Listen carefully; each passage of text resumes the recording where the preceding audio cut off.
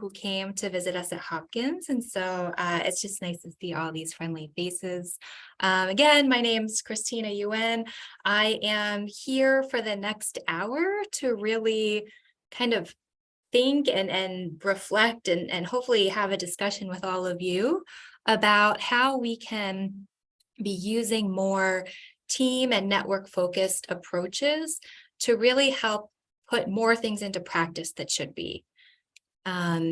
So as Greg had mentioned, I am here as part of a learning site visit, a part of the Implementation Research Institute Fellowship Program.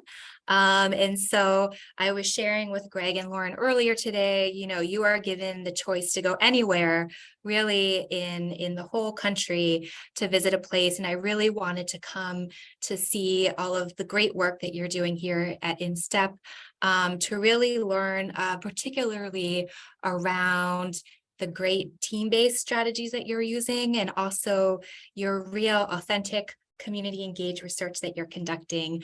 So really happy to be here as part of this NIMH NIDA VA funded fellowship program. So thanks again for everyone for being such great hosts. Just in terms of helping to define myself in a bucket, just to orient you to who I am.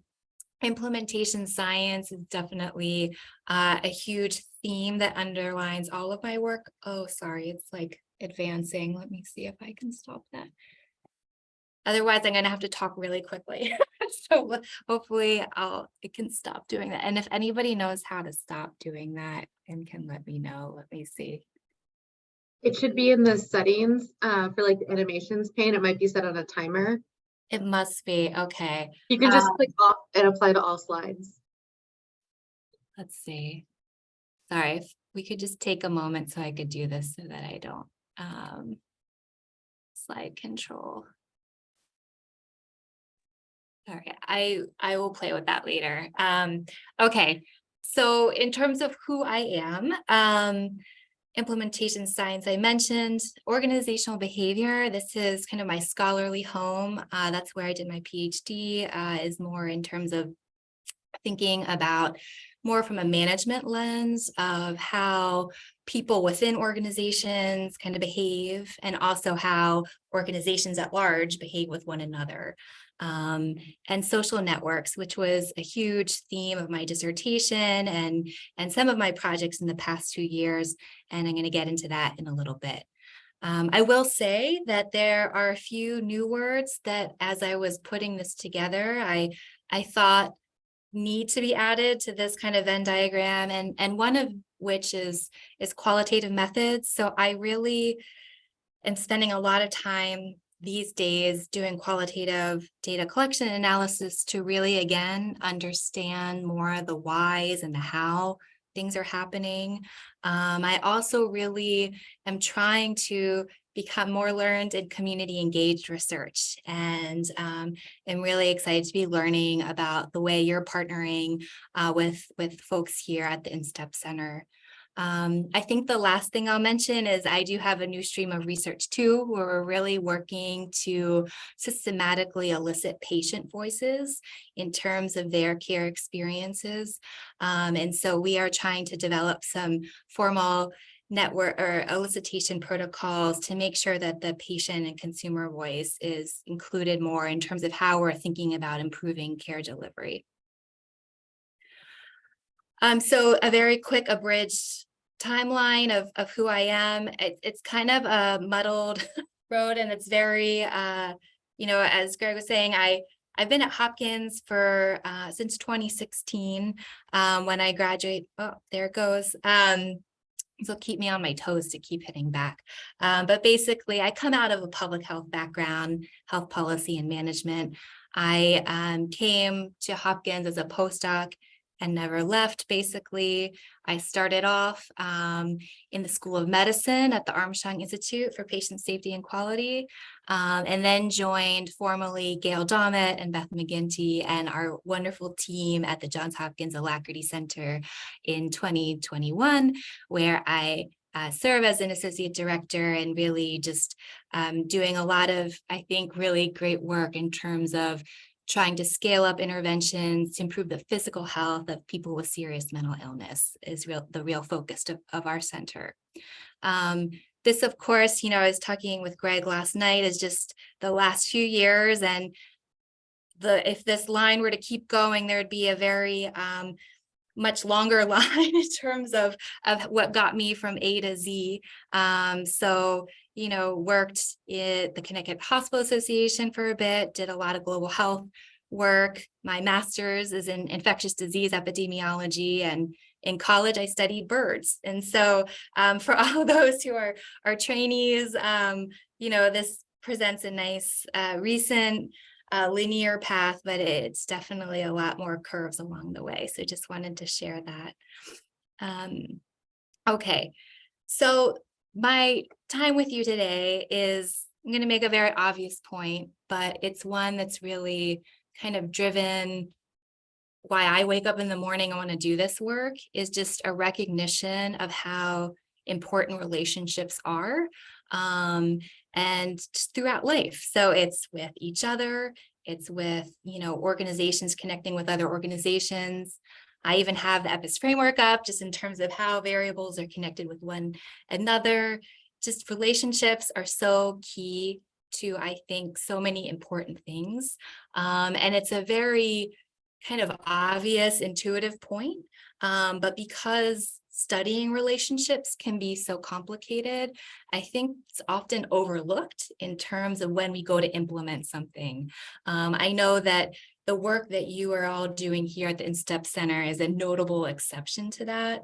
But for the most part, my read of the implementation literature is largely still focused on individual actors, whether that be individual providers, patients, organizations. It's really focused at that individual level versus thinking about how people are connected and their relationships with one another. And so kind of a case in point to that is, a pilot program we're just wrapping up at the Hopkins Alacrity Center, which is really focused on implementing evidence-based smoking cessation in community mental health settings. So the kind of impetus here was to meet people with SMI where they receive the majority of their treatment. There's a lot of barriers though, because this isn't in the typical workflow of most folks who work there. And so I just use this as an example because kind of in the smaller circles, you can see our implementation strategies that we're using as part of this pilot. And those include things like giving a protocol and training the therapist and providing even coaching and consultation. And we can see that the focus has really been at that individual kind of knowledge and skill level, which is certainly very necessary for doing this type of work, but is not sufficient in most cases. And that's what we've been finding in our work too. So just to zoom out a little bit, this is just like a very crude network thing I made on the plane yesterday, but just to make the point of this therapist who we are treating with all these different implementation strategies is not operating in a vacuum. Again, an obvious point, but it's something that when we go to design these things, sometimes we miss that. We miss the memo on that. And so this is just to point out that, with this one intervention, there's all of these different folks they're connected to. So there's the leaders, advocating for them to do this great new evidence-based practice. There's the consumers, of course, there's other therapists. And so just drawing attention to things happening, kind of what's flowing across those social channels. So for example, if I'm a therapist and my peers really dislike this particular intervention and we talk a lot about it, that will likely influence what I think about that intervention and how I use it. So just really paying attention to how our interactions with others and relationships can affect how we use something. So the roadmap for today, I'm going to spend a little bit of time talking about social network methods. And so I'm going to use an example from my dissertation, which looked at implementing electronic medical records in a hospital setting. I'm also going to zoom out at the kind of cross-sector interorganizational level. I have an example of that too. I'm then going to jump to system science methods, which is, I am definitely a learner of that. And as a primarily qualitative researcher, I feel a little bit of imposter syndrome with this set of methods. But as I learn more and more about them, the more I understand how it really complements qualitative thinking so well. And we can talk a little bit about that in a moment. And then I'll just conclude with some things from the management literature that I've been wanting to use from people I really respect, and just wanted to give a shout out to them and see if anyone would find any of their measures or thoughts useful for your work. Okay, so to begin, I'm going to start off with a basic definition of what a social network is. And when I started my dissertation a long time ago now, when I said the word, everyone just thought of Facebook. Oh, social networks, Facebook. Now I guess Facebook is out, so it's now TikTok or something else. But just in terms of thinking about this from the social network lens, a social network is really a set of actors who's connected by a set of social ties. And so those actors can be at any level. These can be people, they can be teams, they can be organizations. So really you can interchange who that actor is. And the set of social ties is really could be any type of relationship. So it could be, information seeking, a friendship tie, etc. And so just so people are aware of, like, when I use the word network, that's what I mean. So for my dissertation, I wanted to study the role of social networks when a new electronic medical record system was being implemented. And I wanted to do this for a couple of reasons. One is I knew people would have very strong opinions about it. I'm married to a physician who's very grumpy about these types of things. And so I feel like I just knew that this was going to be something that people had a lot of opinions about and would probably either be grumbling to their peers or maybe advocating for it too. But I just knew it was going to be something that would spark conversation. Whereas I've been involved in other projects where something gets implemented in an organization and half the people don't even know it was implemented and it just doesn't meet the radar. This definitely meets that sort of radar. And it's really complicated. So I chose this in part because the technology acceptance literature that I was really rooting this in had really spent most of its focus on the technology itself. So things like, how usable is it? What's the interface like? Because often people that were doing technology acceptance science were people who are really into technology, which is not really what I am. I'm just more interested in the implementation. And so really wanted to kind of think about it from a social lens. There are, of course, a lot of decades of research on technology acceptance and the role of individual characteristics like people's beliefs, age, etc. And of course, there is a lot of literature on the effects of organizational level variables like the size, resources, etc. But again, that social kind of meso piece was missing. So research gap. How do our social relationships affect implementation? Really, the underlying theories I drew from were social influence theories, which basically state that me as an individual, my beliefs will likely be influenced by the beliefs and behaviors of others. How social networks come into this is they are the mechanisms by which I am then exposed to other people's beliefs and behaviors. So there's a few different types or mechanisms underlying different types of influence. So thought I'd just spend a moment here to reflect on those. At least in the technology implementation space, most of prior work had focused really on this normative influence piece of, focusing on what me, Christina, might think others around me feel about this new technology. And so what do my leaders think? What do my peers think? And kind of assessing it that way. So this idea of normative influence of what do other people who are important to me think about this? This idea of structural influence comes really out of like the social network literature, where the focus really is on kind of the structure of the network itself. So for example, if there is a nurse in the ICU who's been there for 30 years and is really central in that network, a lot of people go to her because they know she's very knowledgeable. Kind of that structural position of her in the network would be that type of influence. The type of influence I really wanted to hone in on was this idea of relational influence. And so that really focuses on kind of the influence that results from direct interactions with others. So I interact with Anna and she tells me how much she hates this EMR system. And then I in turn form a more negative opinion about the EMR system. I did want to pause and just say, how do you measure a network?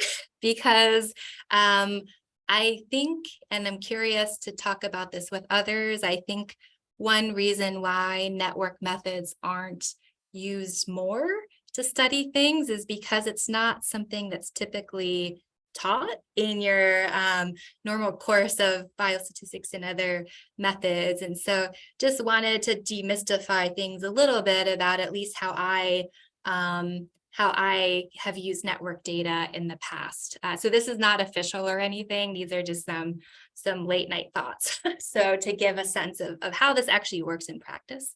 So the first step, of course, is to try to identify like what the network is you're trying to measure. And that seems obvious, but as implementation science folks, sometimes those are the hardest questions of defining like what the thing is and what is that versus this. And so that actually takes quite a bit of thought of pinpointing what is an appropriate boundary around a network.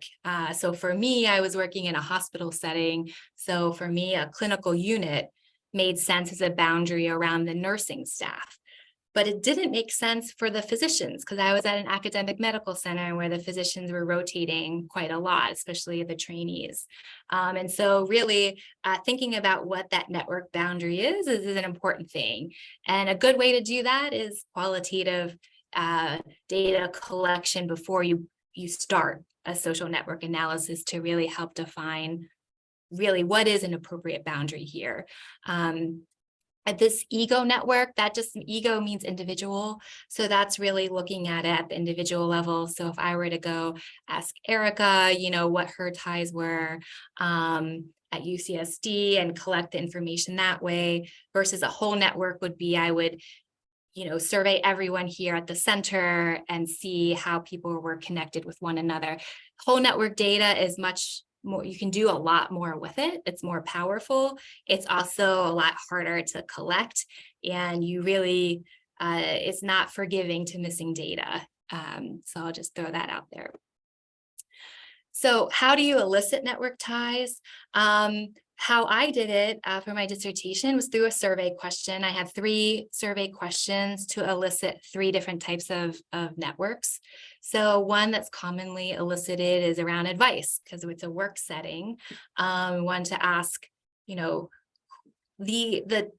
original wording of this question is whose opinion do you respect on this, whatever the network is.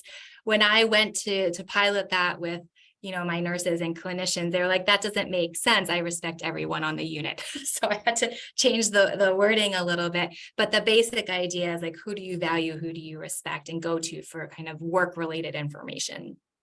I also wanted to assess friendship ties because there is there is a good amount of data to suggest that you don't always go to the most competent person. You sometimes just go to the nicest person, or the person who you know the best, or who's the friendliest. So wanted to kind of measure the influence of different types of network ties on and how that affected their adoption. So once you get that survey network, actually, before I move on, I do want to say there's another way to do this, which I really have been dying to try. There's neat new interactive network platforms that are free. I could share a link with anyone who's interested in it, but it's a way to do it as part of a qualitative interview. If you are talking with someone, say, I was just talking with Erica and she was explaining CCOs to me. If you wanted to understand their network, you could put up this kind of interactive network platform and walk kind of through it with them of, okay, who do you interact with about that? And then if they say something that you then want to explore a little bit more, you're in the interview and can kind of ask those probing questions. And so I feel like that would be a really neat, meaningful way to kind of elicit this data as well. But once you have it, then you generate the network measures.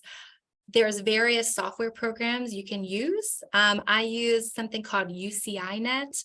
But there's packages in R and other types of things. I think a lot of people in healthcare that I've seen have come up through kind of the UCINet way. And it's very intuitive and easy to just kind of plug your data in, and it generates these different types of network measures.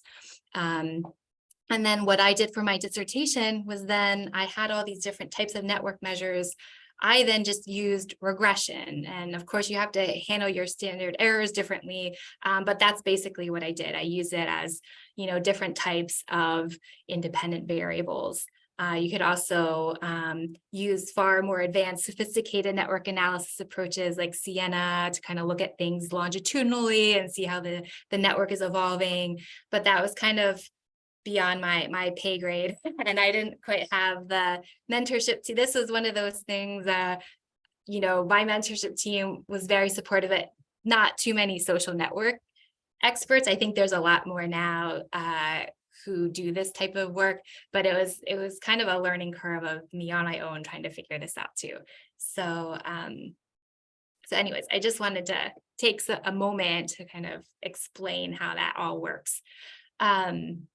In a nutshell, I'm not going to go into too many details about, the methods and sample, et cetera, but wanted to really leave you with the message of networks did matter. And so I think probably unsurprisingly, but not really shown in the literature much, is that, peer influence did matter in this context of EMR implementation, and that the influence was negative. And so it's kind of something I was expecting. A lot of people recognize that of when you first go to implement something, there is usually that dip in attitudes, but definitely picked up on that in terms of when I collected that data.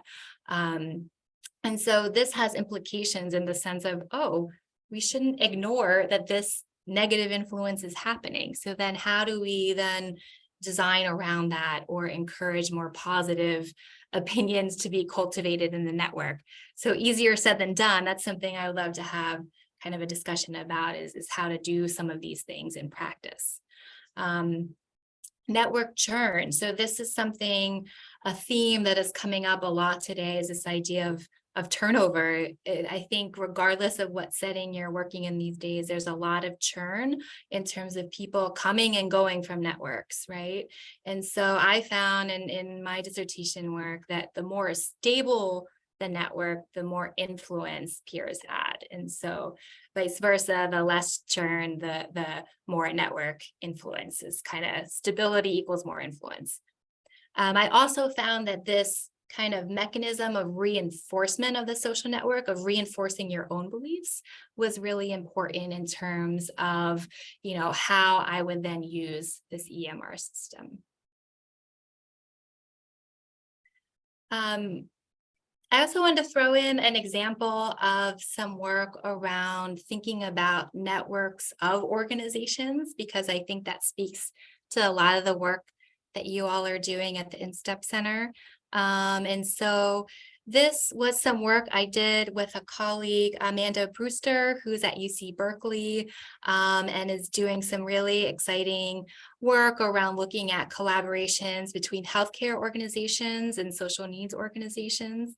And so kind of the history behind this project is we had conducted a really robust data collection around the networks of some 300 different organizations, and did this like very rich network analysis. But we realized that not a lot of people will likely do that in practice. And so we wanted to think about developing a measure that would be, easy to use and could still kind of get at that the essence of like what it means to collaborate effectively with other organizations.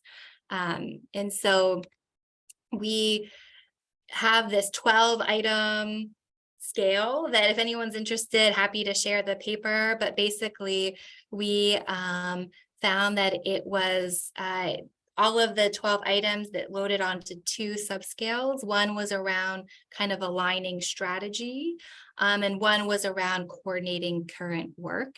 And so the one that is circled, this aligning strategy, we found was significantly associated with the more collaborative activities you did in that space, kind of the better performance that your county did. So there was more avoidable expenditures and lower readmissions in that kind of bounded network where they did more of these types of activities.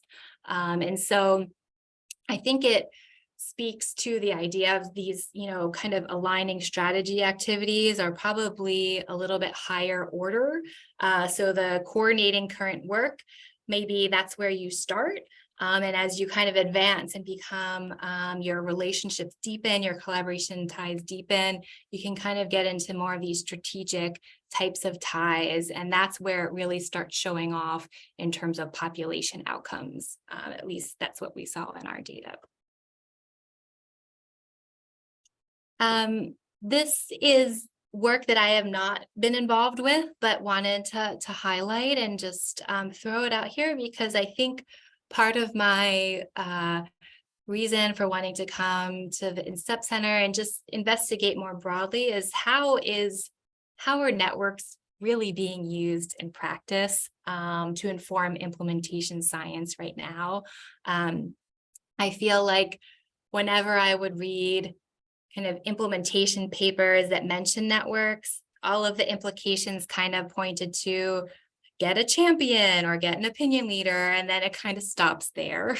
And so when you look at kind of more network interventions, that seemed to be more prevalent in maybe like community-based settings and not as much in terms of kind of healthcare and mental health organizations. And so really wanted to see like within an organization, how could you kind of cultivate, these ties that you would want to encourage. And so I found this recent paper where they actually use network data to kind of inform how they were interacting with organizations. This is a group out of WashU in St. Louis.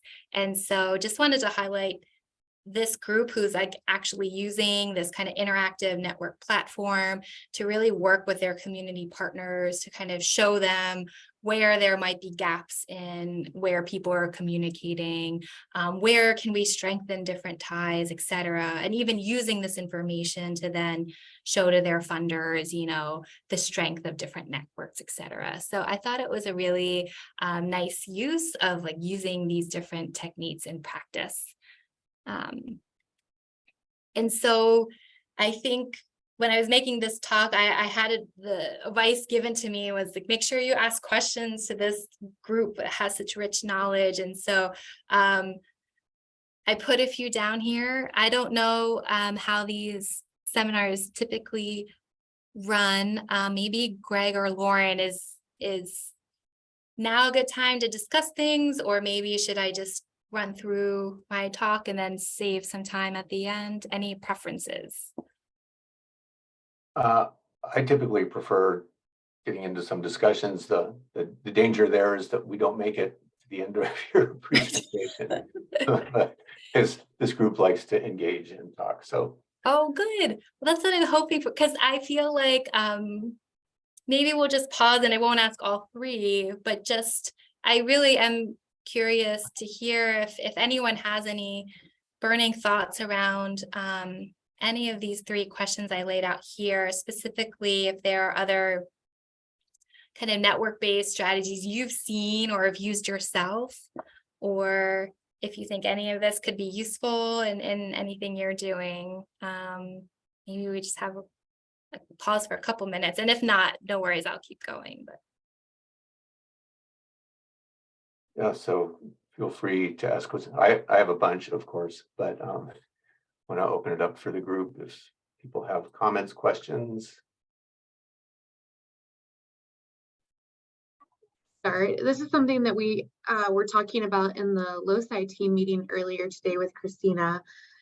You know, we've been seeing, so this project is aiming to implement a quality assurance platform that is kind of new and novel and is app-based, so different from what providers and counselors have typically been using.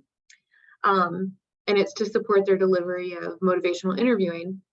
And what we were seeing in some of the survey data and some of the qualitative data is that when people are afraid to try to use this new platform to record themselves and see how they're doing with motivational interviewing delivery, but when they hear that their peers, their colleagues like it, and that they like getting feedback from the app, and that it was a useful part of their training and skill development as a counselor, they say, okay, I'm not afraid to try. I'm going to give it a shot now. And so I'm just thinking about that peer network, right? Like you could use, I wonder if you could use social network methods. And I'm really new to that, so I don't really know what I'm talking about, but it seems like you could use social network methods in a cool way here to see who the kind of the key influencers are, and almost identify champions, so to speak, for implementation of something that is new and different and maybe scary to others, but with your support gets good buy-in. It's a great comment, because I think that idea is so interesting and also very practical in terms of thinking about who those key influencers are, right? I mean, we think about like marketing and all of these fields who've like mastered this, right? I mean, I can't open up like Instagram without getting very targeted messaging about things from like various influencers. Like there are things out there, right? Like why aren't we capitalizing more on these very powerful kind of influence forces to help kind of implement very positive things that our patients and consumers need? So yeah, I think the champion idea makes a whole lot of sense, Erica. And I also think that just in our own work, trying to tie this in wherever possible, I don't know if they're formal implementation strategies or whatnot, but even thinking about how we're designing our trainings to make it, you know, kind of like a pod, right? Like you get trained with a little group of people who are in your geographic area. And so you can then hopefully create some relationships, and then kind of you move throughout like with your cohort of folks. That's what we've been hearing a lot about, people just feeling disconnected from others. That's true in the workspace too, and of training, and just being Zoom fatigue as we sit here on Zoom, but just really kind of wanting that interpersonal connection and kind of moving through the process together of like, oh my gosh, Erica, this does not make sense or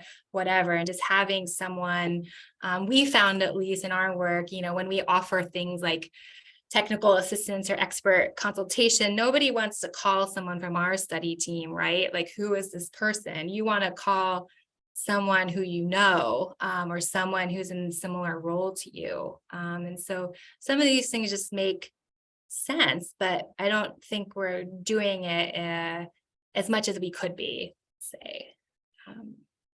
Yeah, so I think going to your bottom question, I mean, as you were talking, I was thinking about even the conversation we were having in our LOSI team meeting today about like the different influences in, when we're thinking, especially across multiple levels. So, we have the Oregon Health Authority, the Alcohol Drug Policy Commission, we have the managed care organizations, which are called CCOs in Oregon.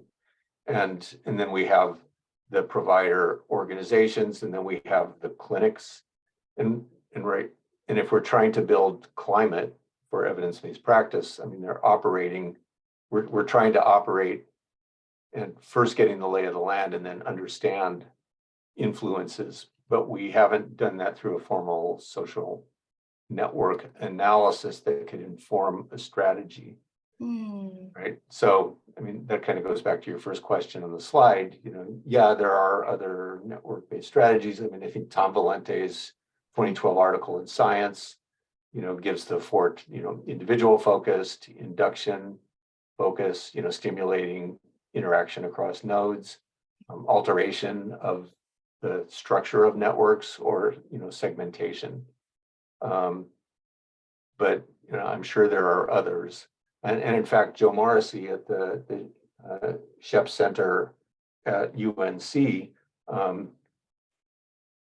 gosh, this is maybe 20 years ago, was doing network analysis of children's mental health services and adult mental health services, and trying to understand, urbanicity and rurality and how the different networks were associated with service outcomes. So there is a history of this, but it's not widely used. In fact, even in my K award, I was contrasting system network dynamics with organizational level culture and climate. So trying to sort of contrast those.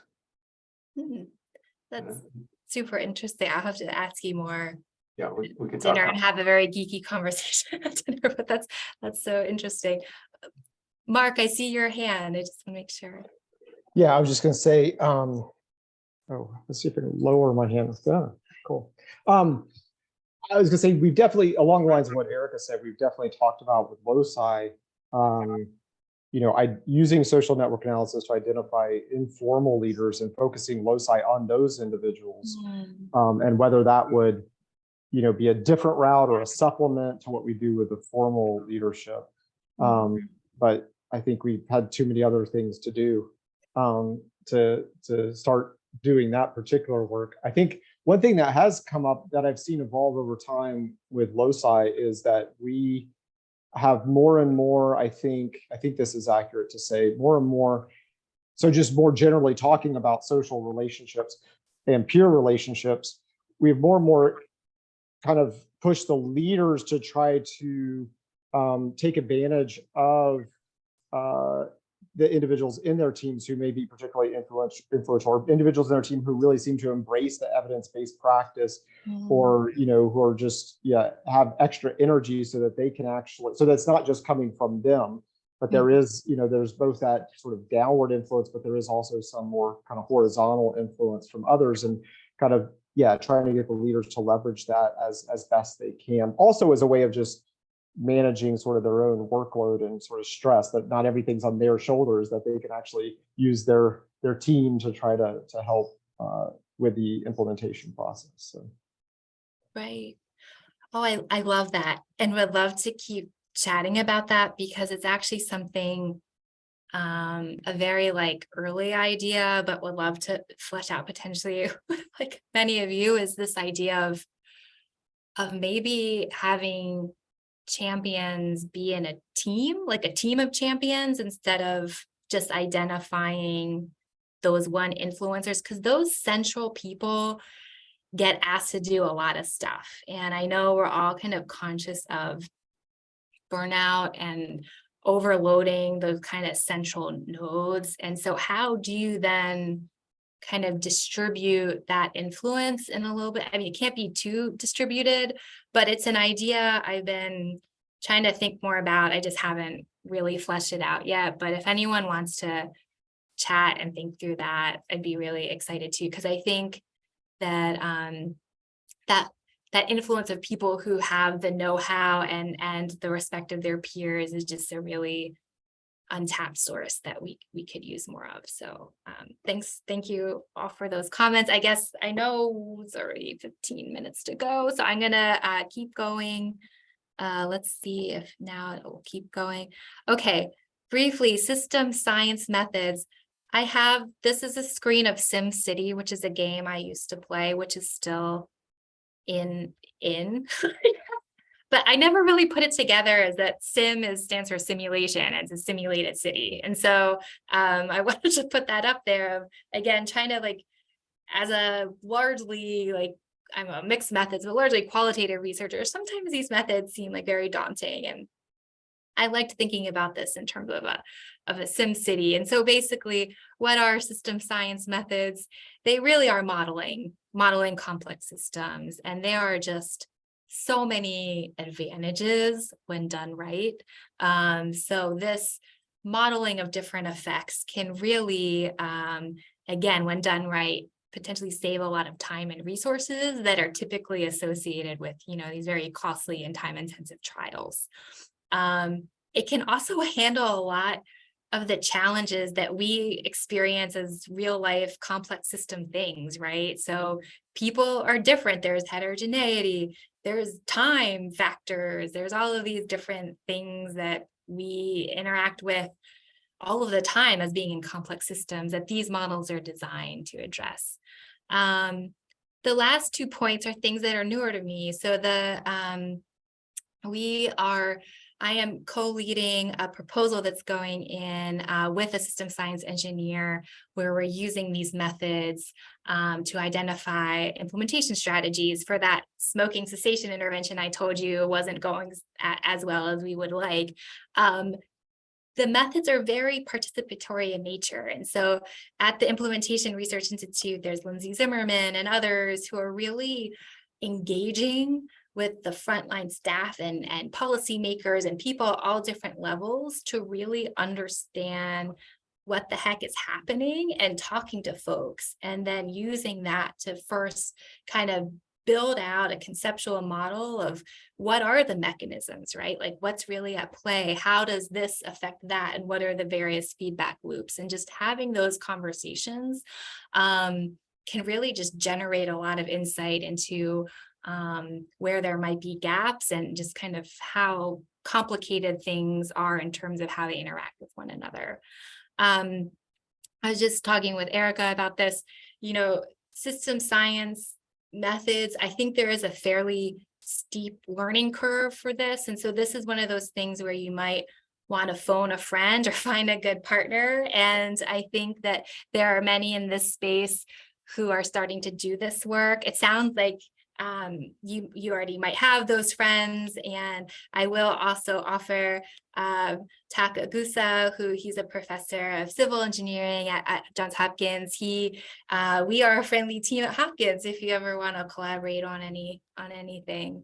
And so, as I briefly mentioned, we are kind of generating this proposal now as part of our Alacrity Center renewal. And so really what we want to do is use systems methods to help identify implementation strategies that can more directly address some of these main barriers that we've been seeing that has been coming up in some of our conversations earlier today too, of, yeah, this doesn't align with our workflow at all. Or, I would love to do XYZ, but I have no staff.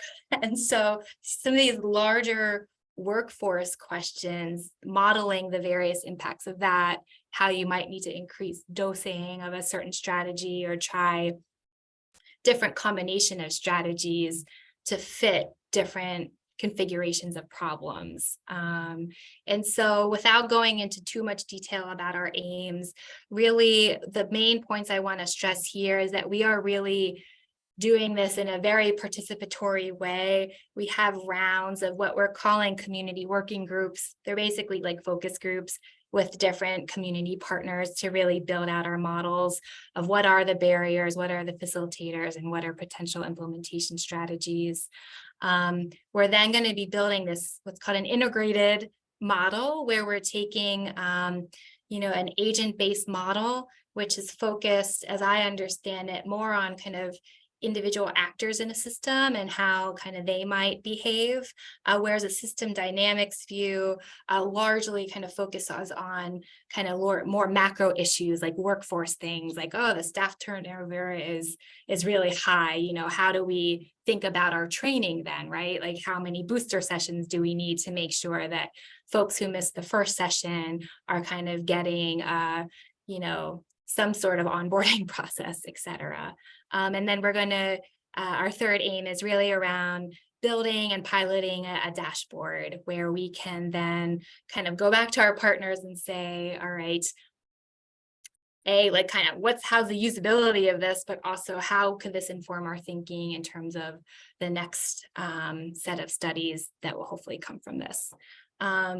Erica, this is for you. This is like a very broad example of a causal loop diagram of, we are building out a lot of these. And so we are running into the problem of 6-page research strategy grants. So this is not going to make our proposal, but basically we're using EPIS, Greg, as our guiding framework in terms of thinking about, what are the different constructs at play, what are the different implementation phases, what are the different interactions. So EPIS is our guiding framework. And this is just like one very high level example of what we took to a site who's implementing the pilot now and wanted to walk through, okay, how do these different factors, so provider champions in yellow is our potential implementation strategy. How would that interact with these different variables?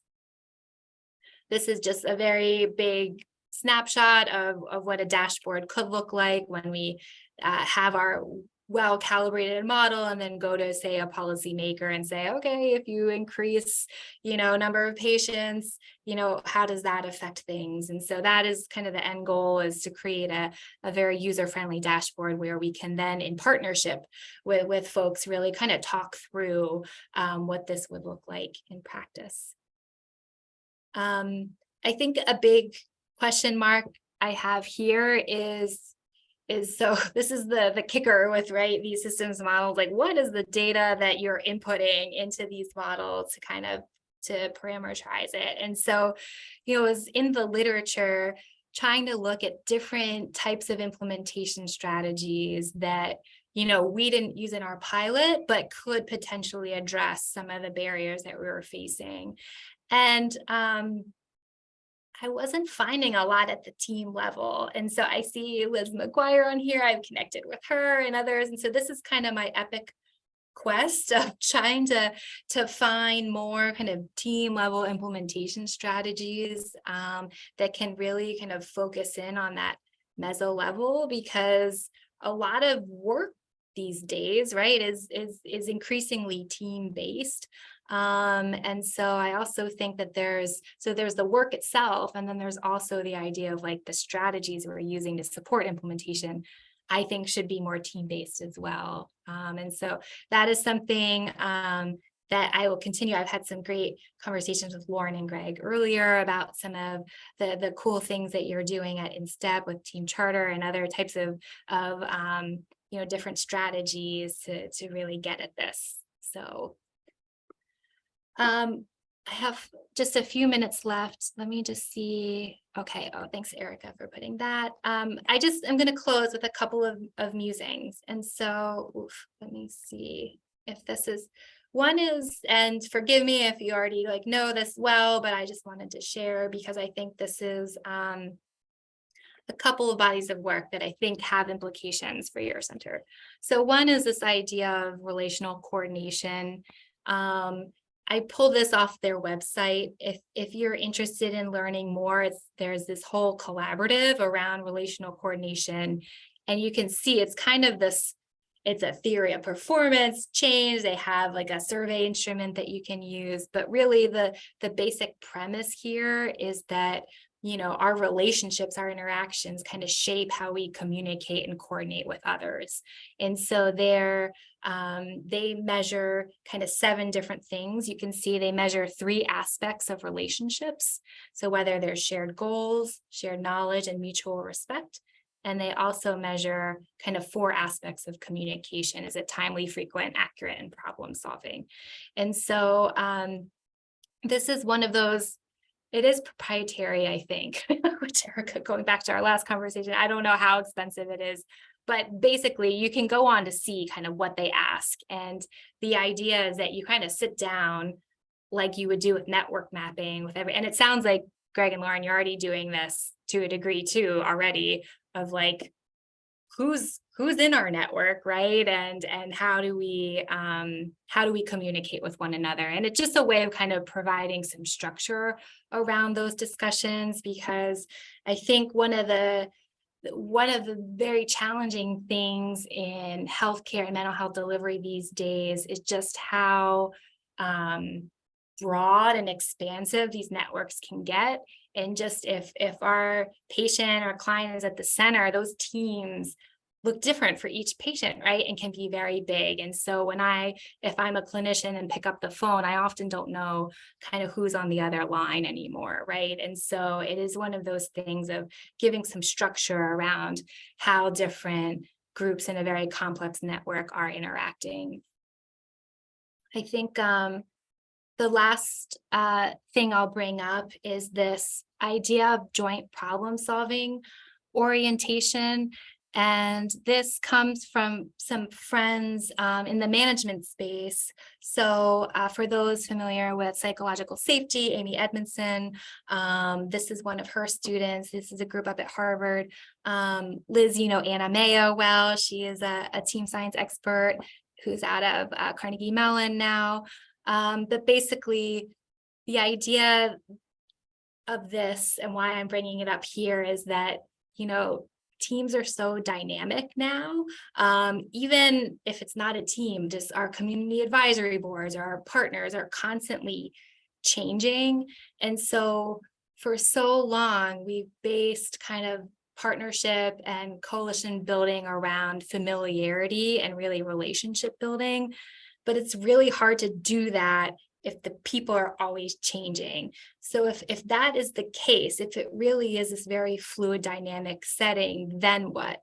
And so what they did was that they looked at these different cross-sector teams, and they wanted to see what differentiated those teams that even despite all of these challenges, could still make things work. And they found this construct called joint problem solving orientation of really teams that were able to view problems as shared and that the solutions required co-production. And so I have these it's a brief 5-item, survey tool. It's something that I'm trying to incorporate in our work with our community partners of how much is this really shared? And I bring this up because A, I think it's a really important idea, and B, it's pretty practical. It's 5 items. It's not like a 30-page survey instrument. So for anyone who's interested, I just wanted to share that as a resource. So with that, I'll say thank you with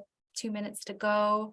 I don't know if there's any quick questions before we close out, or I want to encourage the group with 90 seconds left. This is your chance. I mean, a lot of food for thought here, Christina, and I have a bunch of questions, but I'll save those for later. yeah, great. But Yeah, Elizabeth, hi.